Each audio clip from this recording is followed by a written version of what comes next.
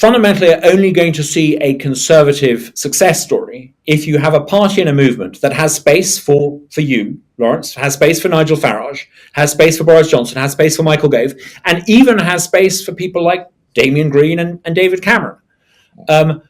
You need a philosophy that creates a movement that includes all of that.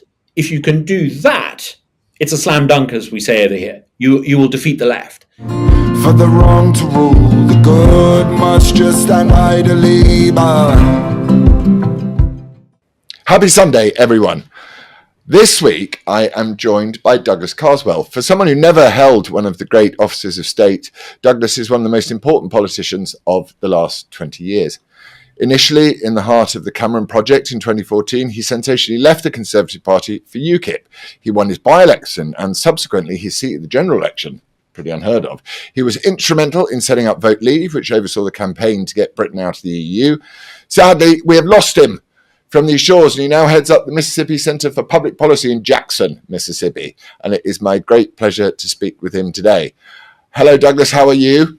Laurence, thank you so much for having me on. I'm in great form. I'm loving it over here, and it's wonderful to connect with you again. Are you casting an eye back to Britain?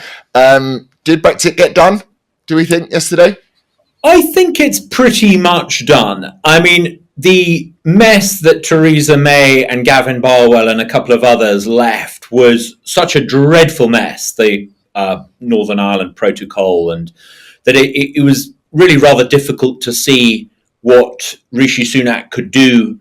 And actually, I think he exceeded certainly my expectations. I think on balance, this is a good thing.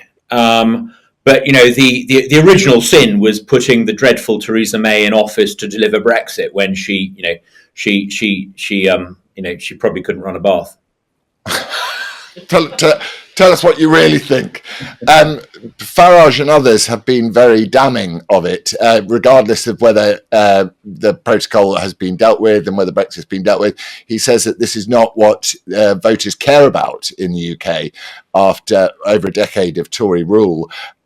What would you say? Do you anticipate the Tories being wiped out? Do you think there's any redemption for them? I mean, I think the Conservatives are very likely to be wiped out, but I think the reason they'll be wiped out is probably for something other than Brexit. Look, in 13 years, about the only thing that they've done, and they did it thanks to the tremendous pressure Nigel and others put them under, was about the only thing they got right was Brexit. And even that they did under duress. And even having won it, they were extraordinarily clumsy and ham-fisted in delivering it. It's all the other things that they've got so hideously wrong. The amount of effort it took to get the Conservative Party in Britain to actually be conservative when it came to our relations with Europe, the amount of energy was phenomenal. Think how much more energy we're going to have to expend to get them, to wean them off their idiotic sort of woke identitarianism, where they sort of promote people on the basis of things other than competence. Think about the effort it's going to take to convince them that they're flat wrong to believe that you can run a modern Western economy without burning hydrocarbons. Think of the effort it's going to take to get them to realize that actually people in Britain want a proper controlled immigration system. They've managed to do things that probably not even Jeremy Corbyn would have done. I mean, if you look at the level of taxation in Britain, it's the highest level of taxation since the 1950s. Now, tax was high in the 1950s because we had just fought a world war against Nazi Germany and Japan. And yet somehow they've managed to spend to such an extent in peacetime that we are now so indebted that we have to have these ruinously high rates of taxation. So, I think the British Conservative Party is facing an existential crisis, but it's not Brexit that is anything to do with it. Brexit is the one redeeming feature that they have. It's all the other failures. And these are pretty fundamental failures. I remember during fairly early on, actually, Laurence, during the COVID epidemic, you and others were saying, hang on, can one really influence the trajectory of a virus by law, making people wear masks, stand 6 feet apart and not sit on park benches? And you and many others pointed out that this was slightly absurd. and yet, we're governed by people who thought they could do this, and they impose these lockdowns which are ruinously expensive.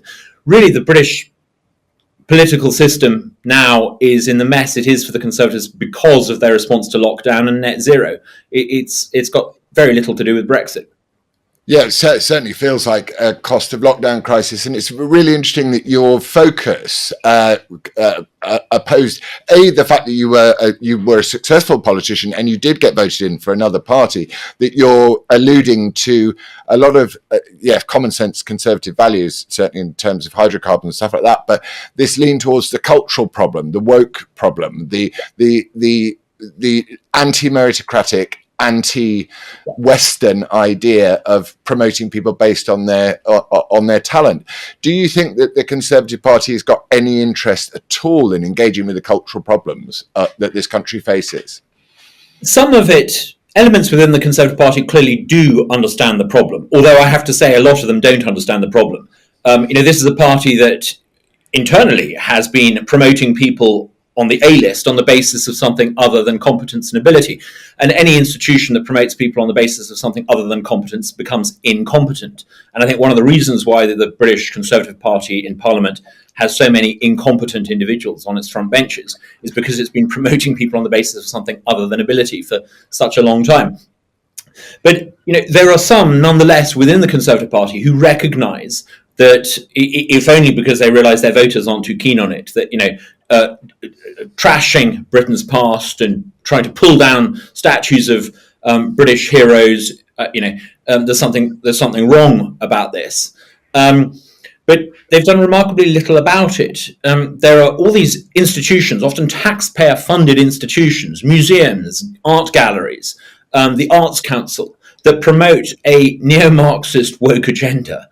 And British Conservatives have presided over this and done nothing to arrest this advance of leftist ideas through Britain's cultural institutions. I think the most outrageously leftist institution in Britain today is the BBC, the British Broadcasting Corporation.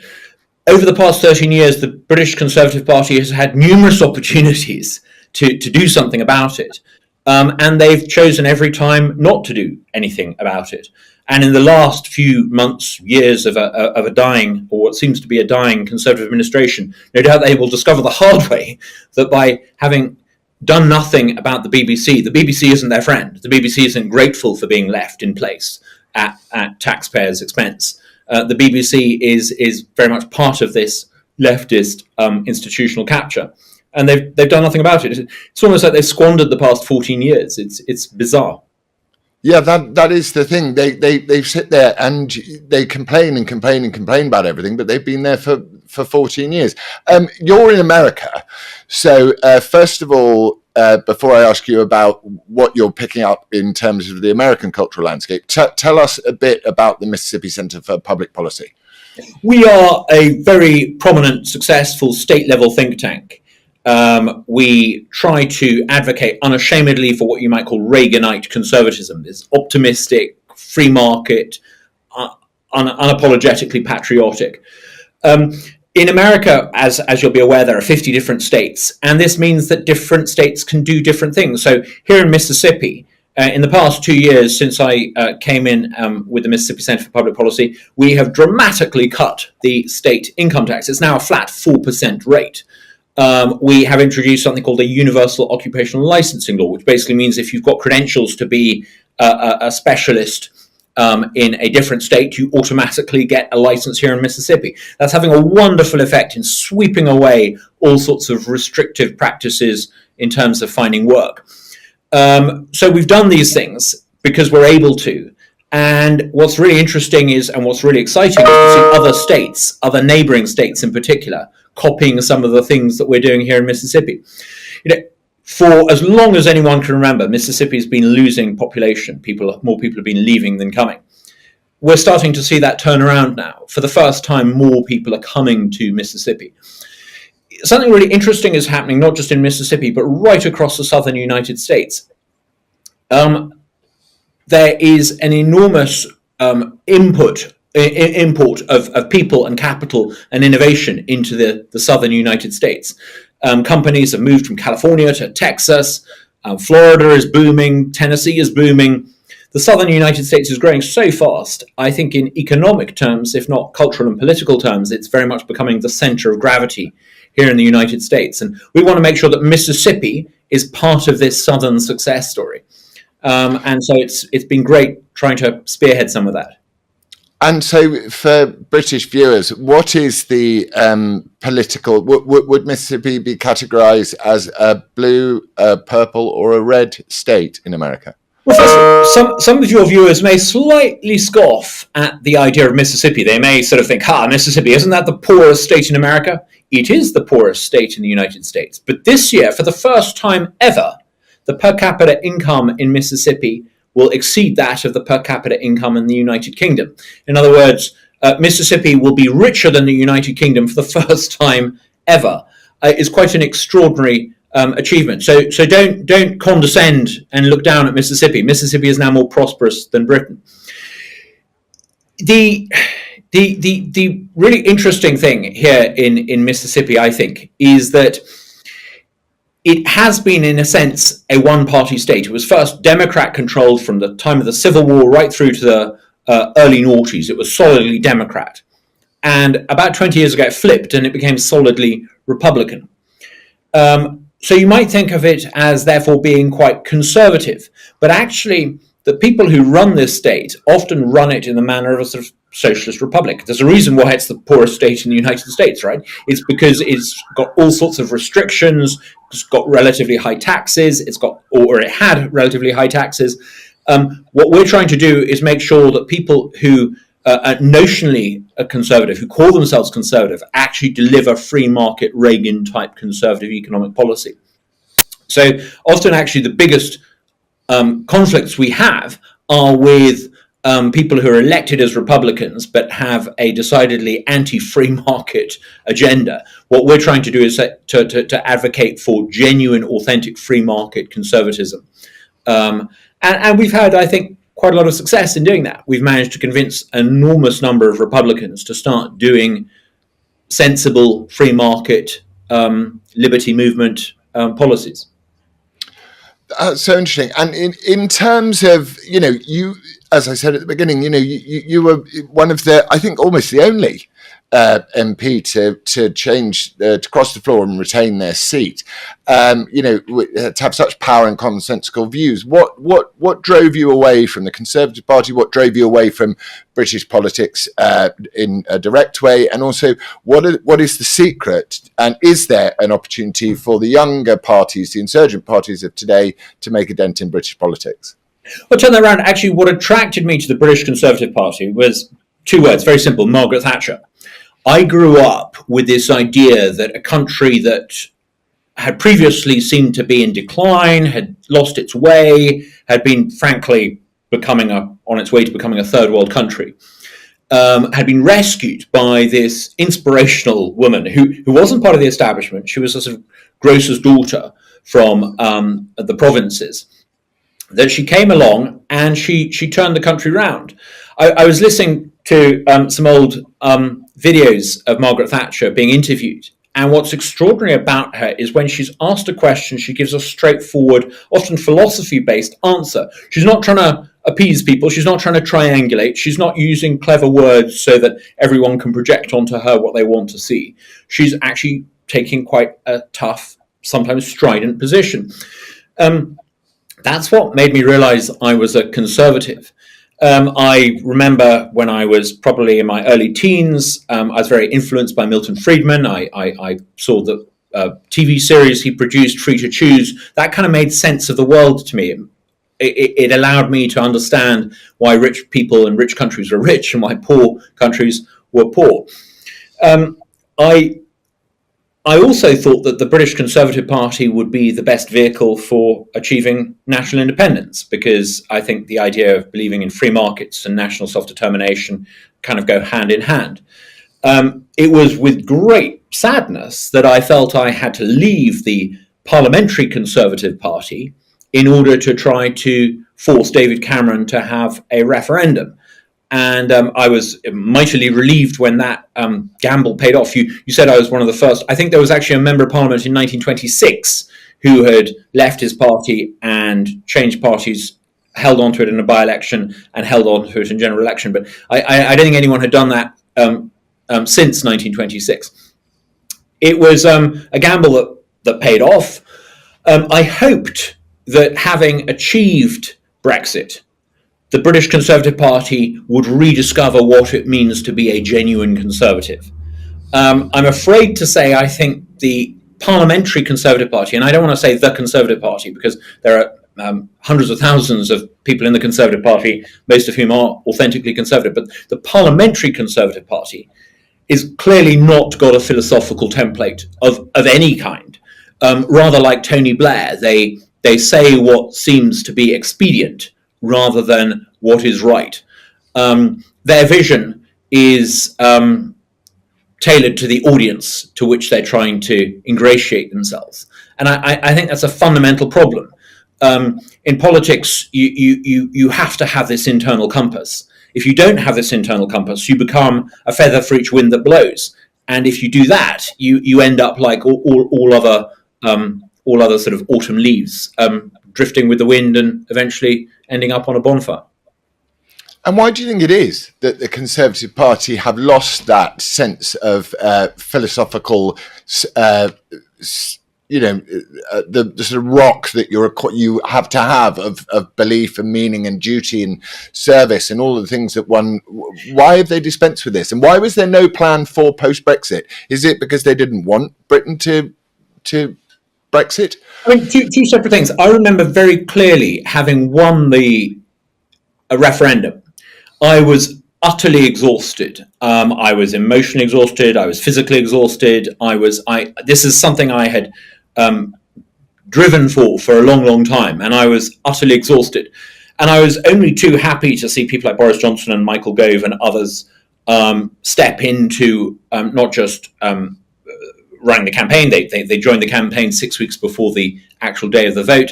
I was hoping that they would then sort of take over the running of the country. And there was then this, if you remember, this extraordinary falling out between them, which allowed Theresa May to come in with all sorts of hideous consequences. Eventually, they put that right by Boris coming back in and running it. My feeling was that the people who accidentally ended up in charge of Brexit didn't really want to hear from the people who had been driving for Brexit. I think many of the key architects of Brexit were, in a sense, marginalised. I'm talking about people like Matthew Elliott. I think people like Dan Hannan. I think had they been involved in actually trying to deliver things at an early stage, I think things would have been done much more effectively.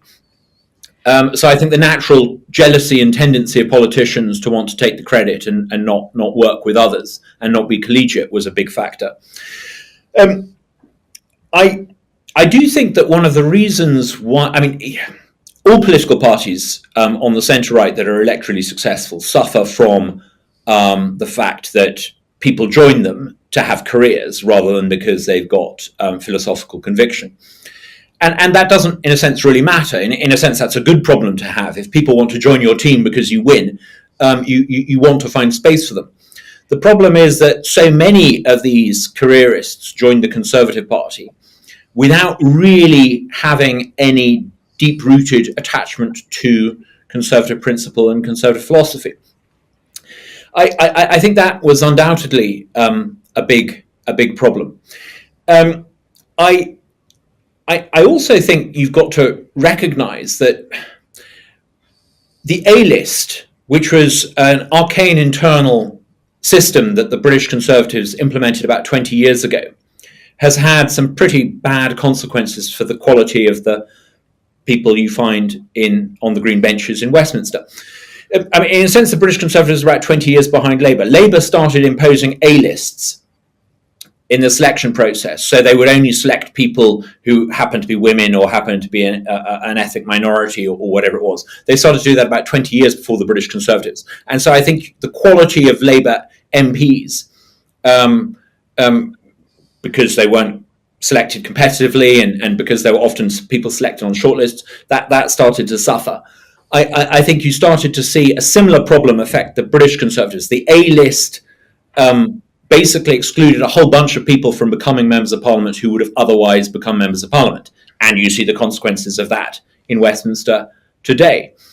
If British Conservatives really do want to win, they need to give their local constituency associations far greater autonomy to choose candidates. Get rid of the shortlists that are imposed on them by central office and give them genuine autonomy to choose candidates. Now, of course, a party needs to have the right to veto certain people. You might find that a particular Conservative association in one particular region selected a wrong one. And obviously you have to have some sort of central veto. But other than that, you need to give it to the grassroots membership to select the candidates. It's the imposition of candidates on an A-list from the centre over the past 15, 20 years that directly feeds into the quality control issues that the Conservative Party now faces in Westminster. And for me, obviously, my main interest in this whole area is this idea that you can't have anything, let alone a democracy, without free speech, and that seems to have suffered a huge attack from both sides in the last couple of years. Did you have any thoughts on the fact that Andrew Bridgen's situation in terms of trying to speak in Parliament, whether you agree with what he said or not, to have been shut down in the way he was and spoken to in the way he was by the former Health Secretary?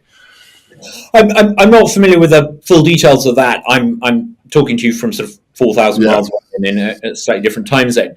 But often during the whole COVID incidents, I wonder what I would have done and how I would have felt had I been a member of Parliament. I often had fairly strong views about the response to COVID, about the efficacy, not so much the vaccine, but of the efficacy of some of the so-called prevention measures.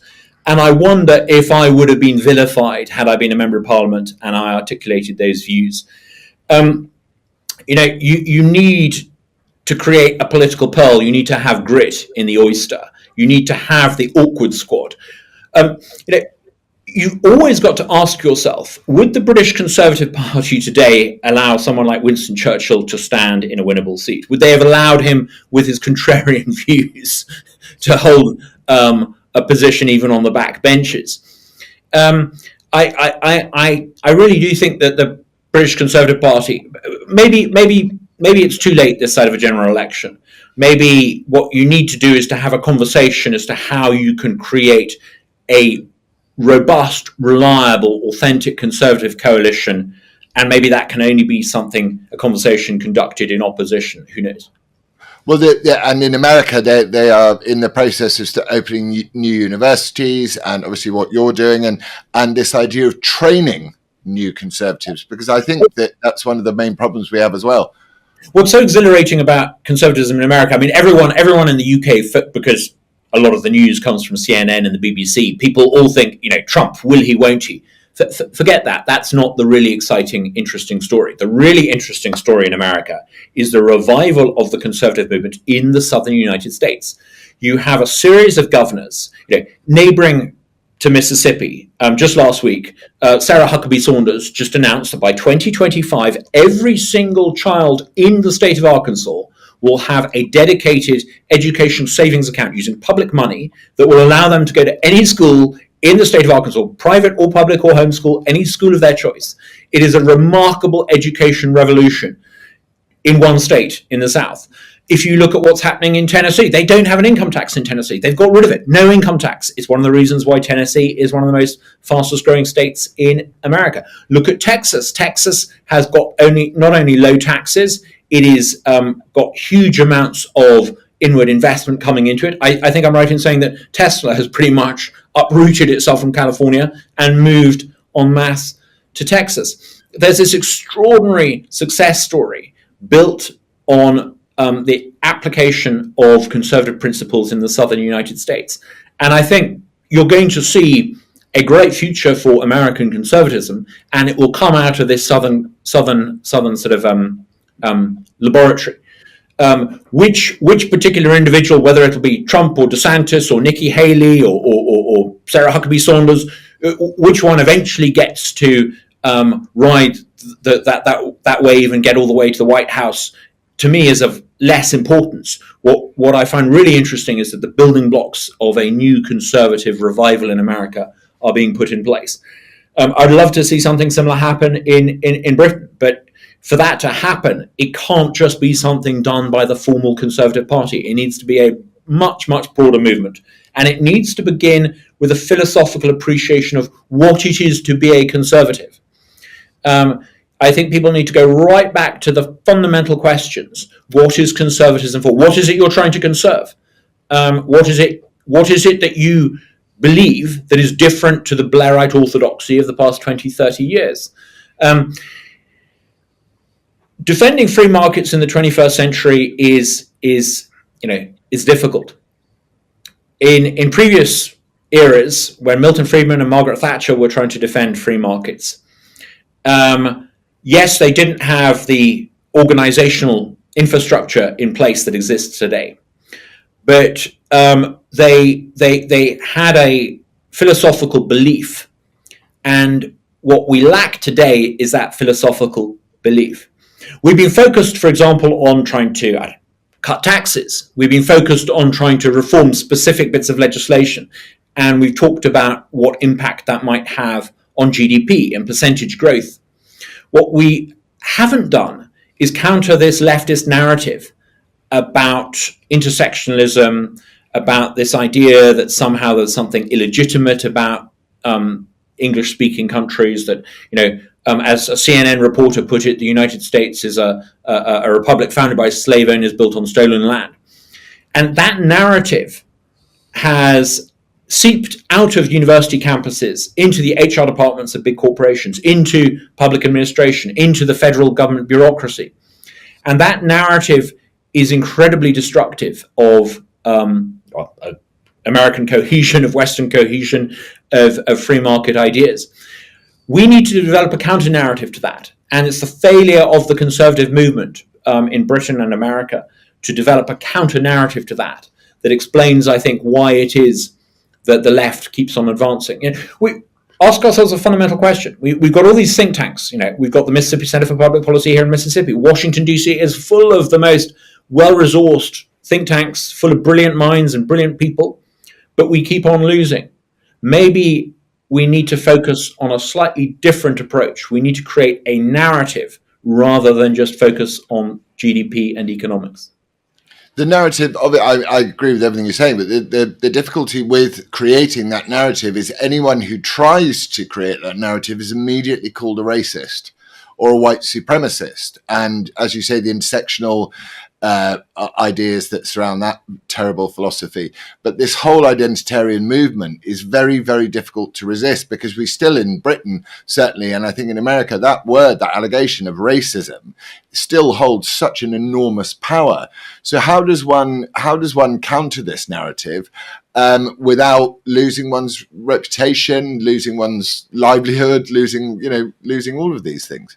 Well, Laurence, as you know probably better than anyone, the vilification of people who are guilty of not conforming to the groupthink is incredibly destructive. It's very destructive to people personally. I know a number of friends of mine in often quite leftist people in academia who have said things that have brought them into conflict with the kind of the new Puritanism. And they've been vilified. They've lost their jobs. They've lost their livelihood. Many of them have had their reputations trashed. It is difficult. It is tough. But we need to recognise that what we're going through is, in a sense, a little bit like the Cultural Revolution in 1960s China. There's a hysteria of this leftist woke mob, and they cannot be appeased. They cannot be reasoned with. They must be confronted and they must be defeated. If you concede anything, if you allow them to come for the statues of,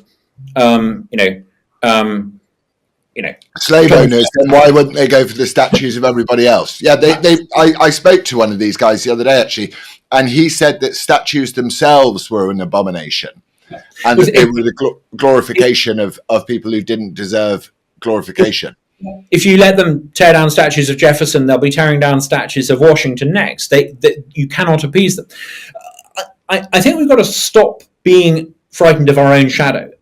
These accusations that are leveled against people who don't conform to the group think, I got vilified for joining UKIP. I got vilified for campaigning for Brexit. There was a time for a period of about sort of 6 or 8 months when I was unable to travel on public transport around London with my family because of the leftist hatred that would be directed at me. There's a video, I think it may still be somewhere out on the ether, of me being attacked by a mob in London. This is nothing compared to some of the vilification that others have been through, but it's very real. There was a time in British and American politics where if you disagreed with someone, you debated, whereas now physical intimidation, hounding people out of their work, these are commonplace tactics by people on the left. It's not nice, but we have to respond, because if we don't, we lose. And if we lose, the future of the West and the world will be pretty grim. The root problem is we need to be clear that the leftist foundational fallacy is cultural relativism. They have this foundational belief that all cultures are equally capable of producing vaccines and Shakespeare and lunar landings and for that matter, genocide. That's simply a nonsense. Not all cultures are equally capable of producing those things. If you accept, as the left would want you to, that there is no such thing as some cultures being better than others, that all cultures are equal, you preclude the possibility of cultural progress and cultural improvement. And yet clearly there has been cultural progress and cultural improvement. In the West today, people, I think, have a better life, a better moral system than would have existed 200 years ago, 500 years ago, 1,000 years ago. Clearly progress is possible within cultures, and if progress is possible within cultures, then some cultures, by definition, will have progressed further than others. We need to confront the left on this point. The Western way of life is a better way of life than most other ways of life. That is why people want to come to the West. That is why tens of thousands of people are crossing the southern border of the United States to come into Texas. They're not leaving Texas to make their way to Venezuela. They're not trying to cross the English Channel to go through France to settle in Turkey. They're moving the other way. And they're moving the other way because there's something about the West that is better than the world outside the West. And no country is perfect, no society is perfect. There's plenty about the West that could be improved. But we have to be clear within our own mind that the West is worth preserving. And then we need to ask, what is it about the West that makes the West better? Why is the West not just more technologically and scientifically? Now, the left would respond and say exploitation. The idea that somehow the West became prosperous by exploiting wealth from other societies. What wealth? There wasn't much. Early European countries that industrialized, like the Dutch and the English with their early industrial revolutions, created the wealth internally and then expanded beyond their boundaries to the wider world. It was this change in thinking in the West, probably in the early modern period, which elevated the role of the individuals, some of the ideas of Hobbes and then Locke. This is what explains the secret of the West's success. If you want to know why the United States today is not just a better place than almost any other place on the planet to live, and it's not me saying that, it's all the tens of thousands of people who are trying to come into the United States who are saying that. If you want to know why the United States, which is only 4% of the world's population, or is it 5% of the world's population, but has accounted for all the great innovations in human development from the age of powered flight right through to today, the age of the iPhone. If you want to know why the United States is so successful, surely it's got to be decisions that were made in that courthouse in Philadelphia in the summer of 1787. It's got to be some of the founding ideas that are essentially Western. I would say not just Western, they're Anglo-American political ideas. So it's a very precious inheritance, and we need to be aware of it. We need to be unapologetic in defending it, and we need to be prepared to engage with those who dismiss it out of hand. If you believe in cultural relativism, then look at some of the cultures that are non-Western and ask yourself: would you really want to go and live there for the rest of your life? Why is it that people are only moving one way?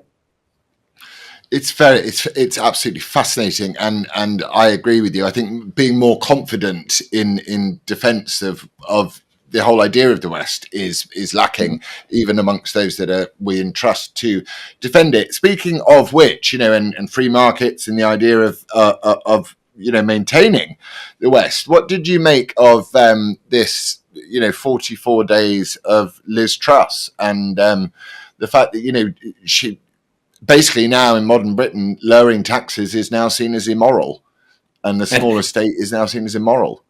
It's extraordinary, isn't it? Liz Truss was Prime Minister for 40-something days, was drummed out of office because of the hysteria of many on her backbenchers who, frankly, had never reconciled themselves to the fact that their preferred candidate wasn't elected. One of the reasons why we were told Truss had to go is because she had introduced these unaffordable tax cuts. Well, it now turns out that the deficit is nothing like as bad as we were told to believe. Look, I don't think there's a conspiracy. I think there are things that Liz Truss and the people around her did that, in reflection, could have been done differently and could have been done better. I think the really big thing they got wrong was this blanket universal proposal to help people with heating costs, energy costs. That was the really unfunded element of the budget, and that far exceeded the numbers you're talking about with the tax cuts. But she didn't stand, did she? What I found so peculiar about the whole thing was that no one just said, slow down and let's give it a go. It was like, no, we got to move on. We don't have time to see, as you said, now that we actually do understand the data, it's not nearly as bad as was being flung at us. Yeah. Where was the courage and the backbone to hold on, to come out with a strong positive message for the future of Britain, and then just to fold so quickly?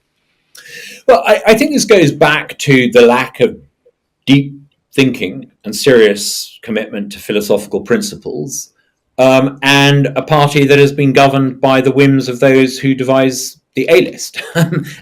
If you're going to put on the backbenches people who are superficial, have no deep-seated understanding of conservative ideas and conservative principles, who have no deep-seated understanding of the moral case for tax cuts, they're not going to weather the storm. If you don't have an internal compass in you, when a gale blows up, you're going to get blown off course, and this is what happened. The consequence of getting rid of and defenestrating Margaret Thatcher was to put the Conservative Party out of office for a decade and to put into government not just Tony Blair, but leftist ideas, the consequences of which we're still living with. I think the price, like an albatross around the neck, the curse of getting rid of Boris Johnson and then Liz Truss is going to be even more profound for the Conservative Parliamentary Party. The bad karma that's going to come back as a result of that defenestration of Johnson and then Truss is they're going to pay a very, very high price for it. So in the absence of a Conservative Party with convicted Conservatives in it, selected on lists and devoid of any of the values, and in bearing in mind that you did manage to stand for a small insurgent party and win, what is your view on the smaller parties in the UK today? And do you think there's any point in having any oppositional parties to the Conservatives? And if I gave you £10 million tomorrow to set one up, what would you do first? I mean, I am one of the only people in British politics who has run as a a non-establishment party candidate and won not just once but twice. And I can tell you it is incredibly difficult. The entire electoral system in British politics is stacked in favour of the cartel parties, and it makes it remarkably difficult to break through.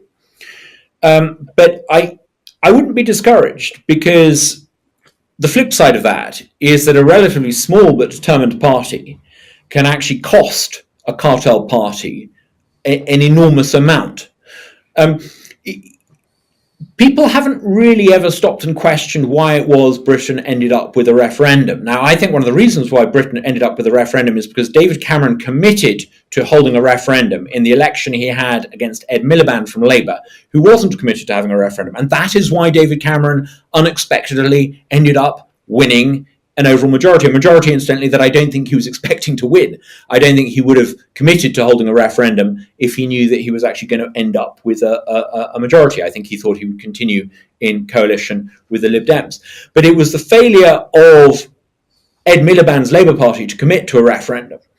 And why am I going on about that? Because that shows that actually, even within our 2.5 party system, having third parties campaigning on particular issues does actually influence. You may not end up with backbenchers in Parliament, but you can certainly steer the course of British politics, actually just by being very well organised and very determined, and being prepared to take 10, 15, 20, 30% of the vote in seats that the cartel parties were otherwise hoping to win. So, don't be discouraged. Success is not measured purely in terms of the number of seats you have. I mean, don't get me wrong. I'm a Conservative. I am not a member of the Conservative Party. If I was in Britain, I would like to think that I would be a member of the Conservative Party. But I feel that I've not left them. I feel that they are in danger of leaving me. A genuinely Conservative Party would not be in favour of the gradual socialisation of the British economy in the name of eliminating CO2 emissions. A genuine Conservative Party would be doing what needs to be done to control our borders. We would have come out of the ECHR and all the rest of it years ago. They would have just gone on and done it, rather than talking about doing it every time they face an election. A genuinely, authentically British Conservative Party would be all in favour of fracking, and their approach to attracting growth would be to cut taxes. The fact that so much of what I've just spelt out jars with what the current lot are doing explains the root of the problem. I suspect that it will take a lengthy period in opposition for people to perhaps come to their senses. And yes, I agree again. In terms of the cultural aspect, one is always looking. We had obviously with the referendum and what UKIP did in order to get Cameron to commit to the referendum, and then the referendum itself. As you say, no one needed to really be in power necessarily, or not a large number of people needed to be in power. But for me, it's all of these issues do boil down to a cultural problem, which this country and the West has more broadly, which is a lack of belief in itself anymore. As you say, this relativism which has infected all of us. Do you think that what Britain faces is simply an economic problem, like reverse, defer net zero, reverse, the ever increasing size of the state, or do you think culturally we've got to sit there and send out a different message, which is we cannot have a country and a nation without our borders controlled, because it damages our culture. We cannot assimilate in such huge numbers of people into our country every year. America is doing the same. It's 2 million across the border so far, more than 2 million, I think, so far this year. But again, in the nations which have such declining birth rates, what other option do we have than to import the next generation? Well, there's a lot in what you say. I mean, I think to unpack some of it, it is possible, I think, for a country like the United States, like Britain, to assimilate people who arrive. But in order to do so, I think you have to, like in the United States, have uncomplicated patriotism. what I find so uplifting about the United States is to see the American flag everywhere, to see this just taken for granted belief in the United States. I love the fact that, American school kids that I know give the Pledge of Allegiance every day at the beginning of class. It's uncomplicated, and the reason why it's so important, incidentally, is because it means that if you're a first or second generation, you can come in and you can belong. Patriotism is the most extraordinarily inclusive system that there is. It's the very antithesis of ethnic identitarianism and ethnic division. So I think genuine patriotism, teaching young Brits and young Americans about their country's past in a way that acknowledges there are certain shortcomings, no one's perfect, there are certain things that, certain laws and leaders that we produced on both sides of the Atlantic that are regrettable, but that overall the story of our countries is one that we should take inspiration from. We need to be prepared to do this. If you do this successfully, then you can take a first and second generation migrant from pretty much anywhere, and they will become a citizen like all the rest. There may be some unique challenges associated with certain types of migrants if those migrants have a belief system where they think that a 6th or 7th century prophet is the last word on how to live your life in 2023. There may be some questions of cultural compatibility there, but I think overall, if you get a country that is patriotic, as they say over here, that teaches its children to take pride in its nation's past, then I think all of these challenges can be overcome. I've been very struck here in the United States by just how incredibly inclusive it is. Today I've been talking to an American who I think their ancestry is of Indian, by which I mean South Asian origin. I've been talking to one of whom I think is of Hispanic, Mexican origin, and I've been talking to one who, if I were to guess, would probably be maybe Scots, German origin, and they're all uncomplicatedly American, and surely that's the secret of American success. They've got a genius for creating American, and I think it's one of the reasons why, incidentally, so many people want to come to America, because of what they call the American dream, this idea that you can come here and build a better life for yourself and your family.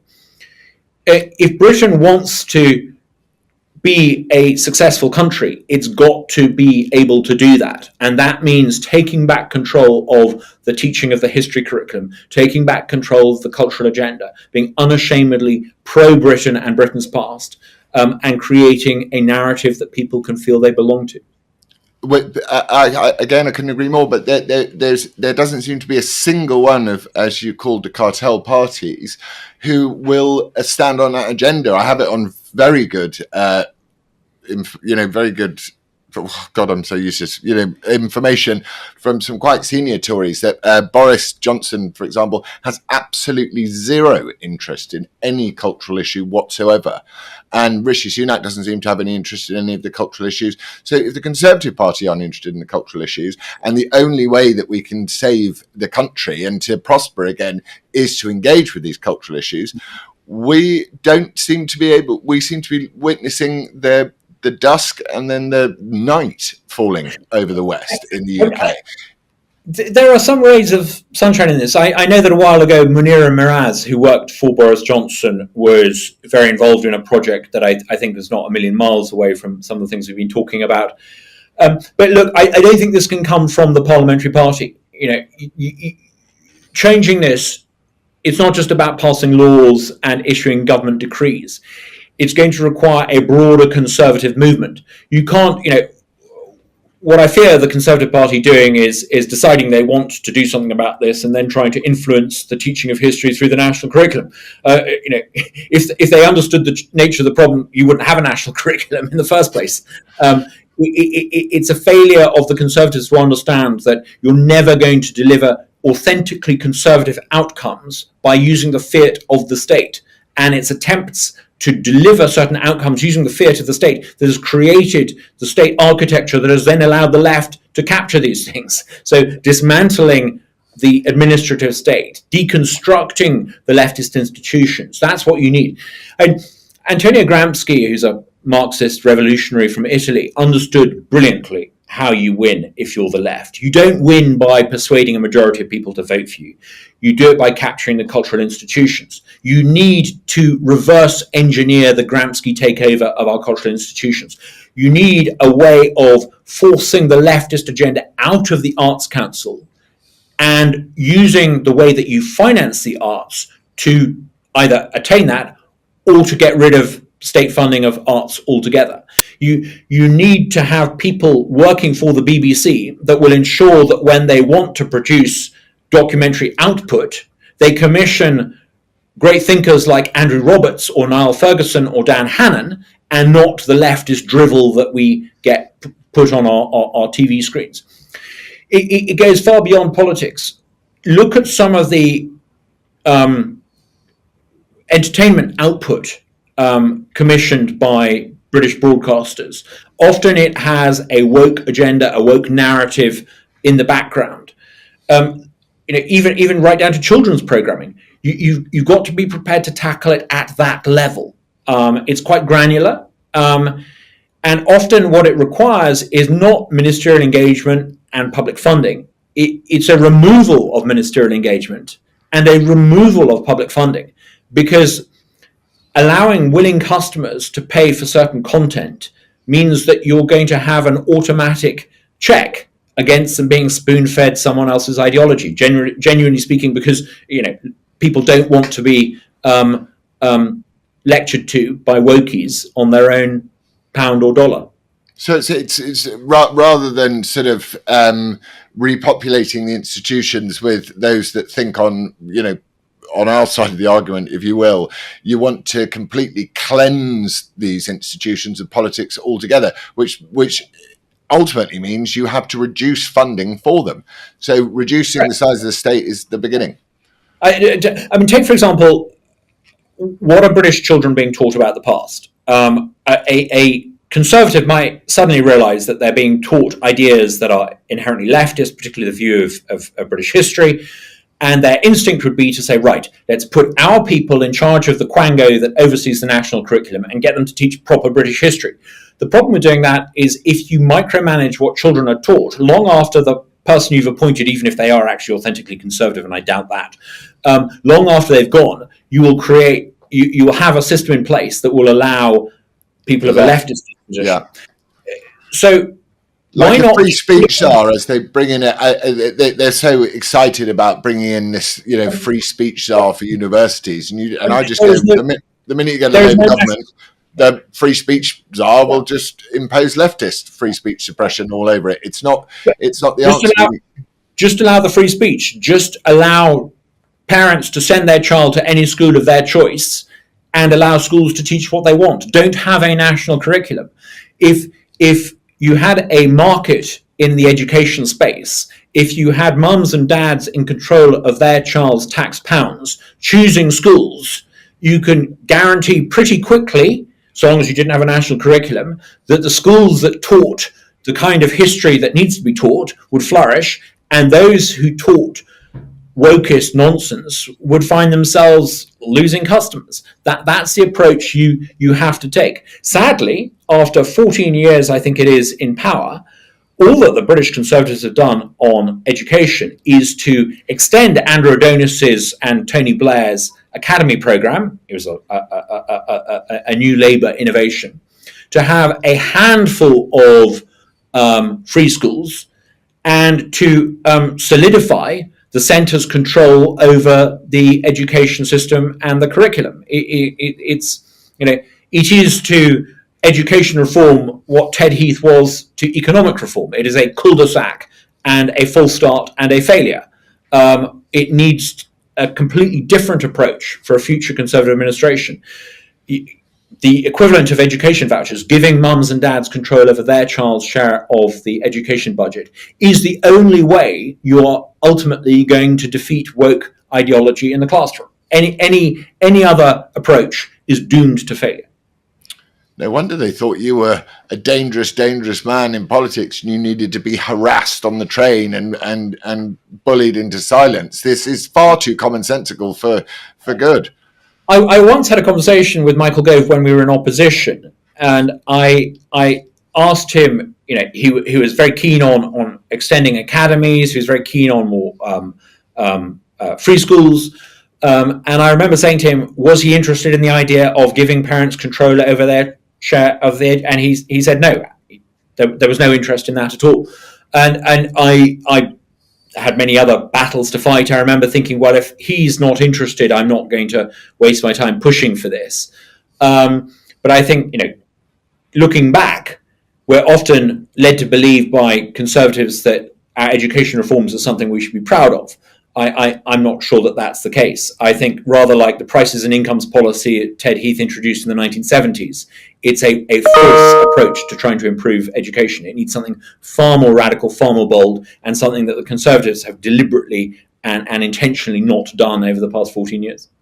Oh, we miss you hugely in Britain. It's so refreshing to hear all of this said with the optimism of someone who you can tell has his feet on free soil. Is there anything else you want to say, Douglas, that you think is a message to us here in the UK who are all just a bit wobbly? Don't lose heart. There will come a time when British conservatism looks like it is in crisis. And maybe that is what it will take to get people to understand on the conservative right that they need fundamental change in their approach. You fundamentally are only going to see a conservative success story if you have a party and a movement that has space for you, Laurence, has space for Nigel Farage, has space for Boris Johnson, has space for Michael Gove, and even has space for people like Damien Green and David Cameron. You need a philosophy that creates a movement that includes all of that. If you can do that, it's a slam dunk, as we say over here. You will defeat the left.